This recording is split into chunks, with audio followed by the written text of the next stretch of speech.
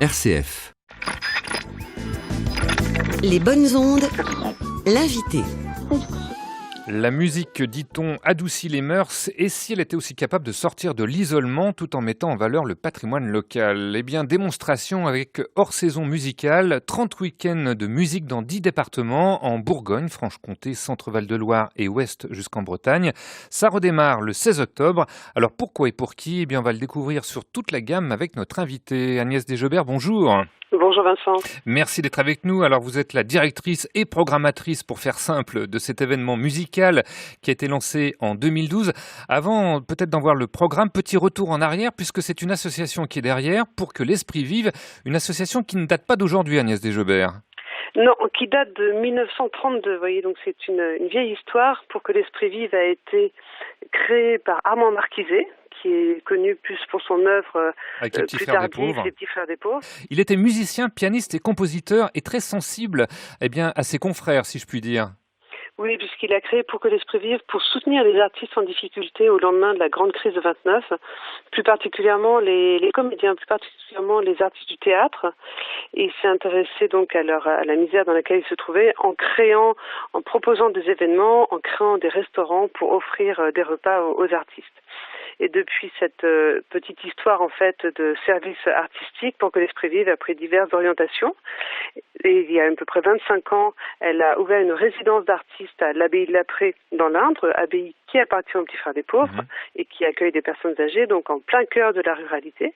Donc depuis 25 ans, ils sont reçus de toute discipline, des concerts ils sont organisés, des moments musicaux.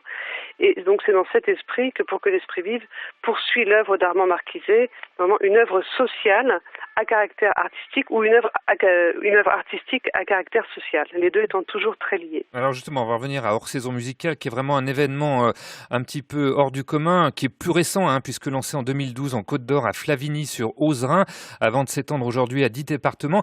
En fait, quel est le principe de cet événement? Ce sont des concerts à la fois publics et privés, Agnès Desjobert. Oui, ce sont en fait le principe, déjà la mission de cette hors-saison musicale, c'est de lutter contre l'isolement des personnes âgées, lutter contre la solitude et lutter contre la désertification culturelle des milieux ruraux. Donc chaque week-end est composé d'interventions musicales toujours données par des professionnels. On travaille uniquement avec de grands professionnels de musique classique auprès de personnes âgées, soit même à leur domicile, tout simplement dans leur cuisine, dans leur salle à manger, ou dans les institutions comme les maisons de retraite, les EHPAD, les hôpitaux, le club des anciens, le club des aînés ruraux, enfin toutes sortes d'associations qui accueillent des personnes âgées. Alors ça c'est déjà un premier objectif, apporter de la musique de chambre aux personnes âgées, d'autant plus que ces concerts ont lieu en automne et en hiver, et ça c'est pas anodin comme période, Agnès Desjobert. Non, c'est même évidemment volontaire puisque la campagne malheureusement est très abandonnée à cette période plus froide, puisque les résidences secondaires sont fermées, les touristes sont plus absents, donc il reste plus que les locaux, et les locaux c'est une population très vieillissante et une population qui disparaît, même j'ai un peu fort, mais de plus en plus, puisqu'il y a un manque d'attractivité de la ruralité, puisqu'on manque d'infrastructures, on manque de transports en commun, de services publics, de santé, bref, et on manque évidemment d'offres culturelles de qualité. Donc il faudra en parler pour les prochaines élections présidentielles, ça approche bientôt, ça peut être un thème de campagne. Alors il y a ces concerts donc qui sont apportés aux personnes âgées, soit chez elles, soit dans les maisons de retraite. Il y a aussi un aspect culturel, parce que ce sont des concerts de musique de chambre, essentiellement. Est-ce que c'est une manière de démystifier, de rendre accessible cette forme de musique qu'on pourrait peut-être croire réserver à une certaine élite? Oui, parce que la proximité avec les musiciens, le fait que les musiciens soient complètement immergés pendant 2 jours dans le village qui les accueille, soient en relation directe avec les habitants. Là, dans une cuisine ou dans une salle à manger, les musiciens sont à 2 mètres ou à 3 mètres des habitants qui les reçoivent. Donc les personnes qui n'ont pas l'habitude d'aller à des concerts classiques se rendent compte que ces musiciens sont des personnes comme les autres. Exactement, ouais. Simplement, qui exercent un métier un peu différent, mais qui est un métier, donc qui doit aussi être reconnu comme étant une profession. Donc c'est aussi le rôle de Pour que l'esprit vive, c'est de soutenir ce métier de musicien en proposant à tous ces artistes des concerts, donc ils sont toujours rémunérés.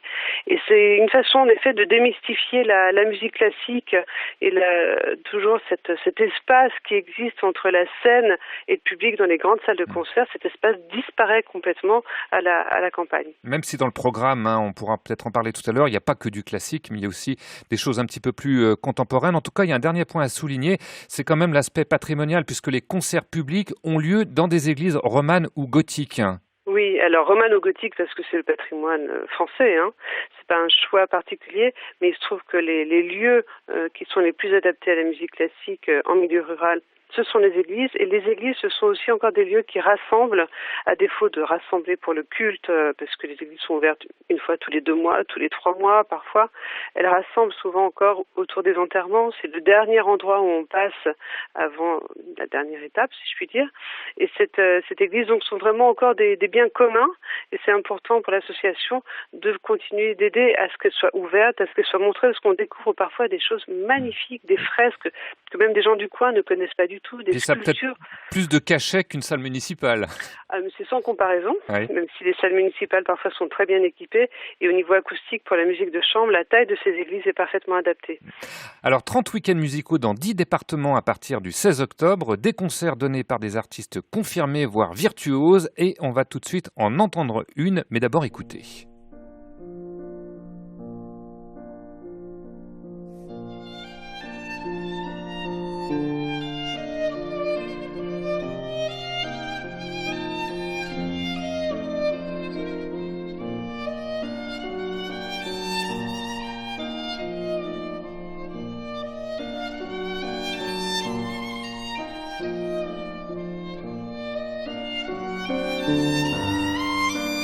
Voilà, début de la romance de Fauré, opus 28 pour violon et piano. Le piano, c'est François Dumont, et le violon, eh bien c'est vous, Elsa Greyter, bonjour. Bonjour Vincent. Quelle finesse dans votre jeu. Alors, je m'excuse, je ne suis pas très connaisseur, mais ça, je pense que c'est un compliment qu'on a dû vous faire souvent, Elsa Greyter.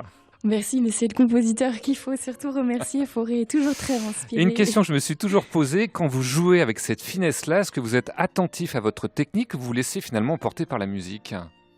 Moi, je pense que la technique, il faut la travailler justement pendant le temps de travail.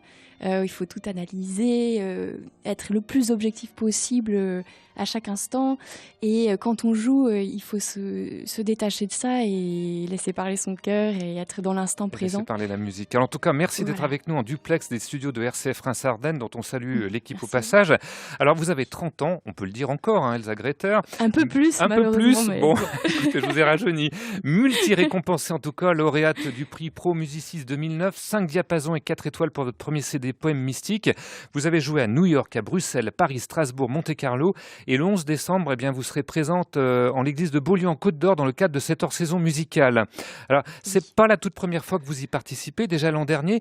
Qu'est-ce qui vous a Exactement. poussé dans cette aventure ? Est-ce que c'est Agnès Desgebert qui vous a cassé les pieds pour vous avoir ? Pas du tout, c'est moi qui l'ai contacté. Oui. Parce que je trouve que l'idée est fantastique de hors-saison musicale, que c'est quelque chose de très nécessaire de nos jours, d'aller à la rencontre de tous les publics, de décloisonner la musique classique, qui n'est, comme vous le disiez si justement avant, qui n'est pas réservée à une élite. La musique, c'est lié, comme l'art en général, c'est lié à la vie, donc à l'humain, et que c'est important pour nous, musiciens, de partager notre passion et notre amour de la musique avec tous les publics. Alors, principe de cet événement, ce sont les mini-concerts privés, Oui. donnés à domicile avant le concert public. Et vous êtes notamment produite l'an dernier dans une cuisine. Racontez-nous. Tout à fait, c'était la première fois de ma vie en Bourgogne, dans un petit village, chez des personnes âgées, dont le mari ne pouvait plus du tout se déplacer, même pas dans son salon. Et du coup, j'ai joué la chaconne de Bach et d'autres œuvres pour violon seul, dans sa cuisine, à quelques mètres de lui. Et, Vous n'avez pas renversé de casserole quand même avec votre archet. Non, ça va, c'était une grande cuisine quand même. Oui. Mais c'est vraiment une expérience magnifique, très émouvante. Ouais. Et justement, cette proximité, c'est vraiment exceptionnel, je trouve. C'est ce qu'on cherche aussi dans les salles de concert. Vous qui avez quand même connu des scènes internationales, ça doit vous changer, ça. En fait, la musique est la même, il y a le même souci d'exigence. On est totalement dans la spontanéité de l'instant. En plus, comme on voit les réactions des gens tout près de nous, c'est vraiment un partage de cœur à cœur. Et on peut lire la joie, toute l'expression des gens. Aussi, on peut échanger juste après. Et c'est vraiment très beau. On peut mesurer combien la musique enrichit et nous aussi, ça nous enrichit beaucoup. Agnès Desgebert, je me tourne vers vous. Comment est-ce que vous choisissez justement les concertistes ? Il faut qu'ils aient du talent, comme Elsa Greyter, ça c'est indéniable, mais pas seulement. C'est aussi le côté humain que vous recherchez, j'imagine. Oui, c'est vrai que il y a une exigence de qualité artistique, il y a aussi une exigence vraiment au niveau du comportement, au niveau de la façon d'être des musiciens, de savoir partager, de savoir transmettre, de savoir écouter ce que dit le public, de savoir écouter aussi les critiques d'un public qui est beaucoup plus direct qu'un public citadin, souvent un public qui est beaucoup plus franc, parce que les personnes sortent de l'église en disant franchement si elles ont aimé, pas aimé, ce qu'elles ont aimé, pourquoi. Et ça c'est assez rare dans les salles parisiennes ou dans les grandes salles de concert de l'entendre.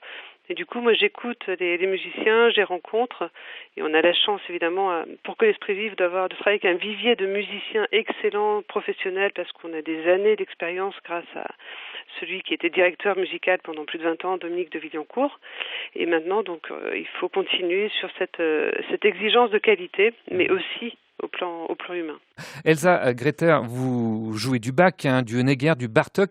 Vous avez l'impression qu'il faut vraiment démystifier cette musique dite classique ou contemporaine. Ça fait partie aussi de votre mission d'artiste. Tout à fait, et souvent on est étonné, par exemple lors du concert public, dans cette église d'un petit village en Bourgogne, alors qu'il neigeait, je me suis dit qu'il y aurait personne, et en fait c'était plein à craquer, avec notamment beaucoup d'enfants, ce qui m'a beaucoup touchée, et j'étais vraiment étonnée de la spontanéité et de la curiosité de ces gens, même par rapport à la musique contemporaine. Donc c'était une œuvre de Tontan-Tiet. Sur les éléments, je pense qu'il est important, quand on aborde ce répertoire, de dire quelques mots, de donner quelques clés d'écoute, de choisir des musiques assez imagées qui peuvent parler à l'imaginaire des gens, et ils étaient extrêmement réceptifs. Et quelles questions vous pose? Quelles questions peut poser une virtuose comme vous? Est-ce qu'on ose déjà poser des questions? Partager leurs impressions, les images qu'ils ont eues pendant le jeu, ce à quoi ça les a renvoyés de leur propre vie, de leurs émotions, de leur passé. Donc c'est vraiment un partage dans les deux côtés, en fait. Elsa Greyter, on pourra donc vous entendre alors au violon solo le 4 décembre dans l'Indre à Neuvy-Saint-Sépulcre, et puis le 11 décembre donc en Bourgogne, cette fois-ci avec Vincent Lermé qui sera à l'accordéon. Et puis vous préparez un nouveau CD, on peut le dire, c'est la minute pub. Allez-y Elsa Greyter. C'est gentil.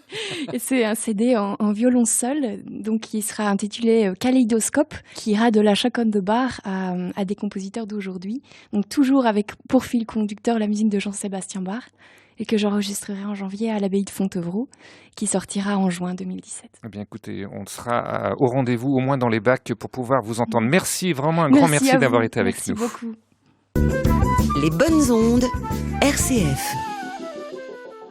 Agnès Desgebert, je rappelle donc hors saison musicale version 2016, ça redémarre donc le 16 octobre avec 2 concerts publics en l'église Saint-Gauthier dans l'Indre avec le trio Pléiade, et puis toujours le 16, mais cette fois-ci en l'église de Luny-Champagne dans le Cher, et ça va durer jusqu'au 2 avril. Pour en savoir plus sur la programmation, où est-ce qu'on peut se renseigner ? Alors, il suffit d'aller sur Facebook pour les Facebookers, la page hors saison musicale, ou sinon sur le site internet pourquelespritvive.org, sans apostrophe, pourquelespritvive.org. Et en cherchant hors saison musicale sur internet, on trouve généralement tout ce qu'on cherche. Voilà, et puis on rappelle que même s'il y a des virtuoses, eh bien ces concerts, le prix des places reste accessible puisque c'est en libre participation, je ne me trompe pas. Oui, exactement.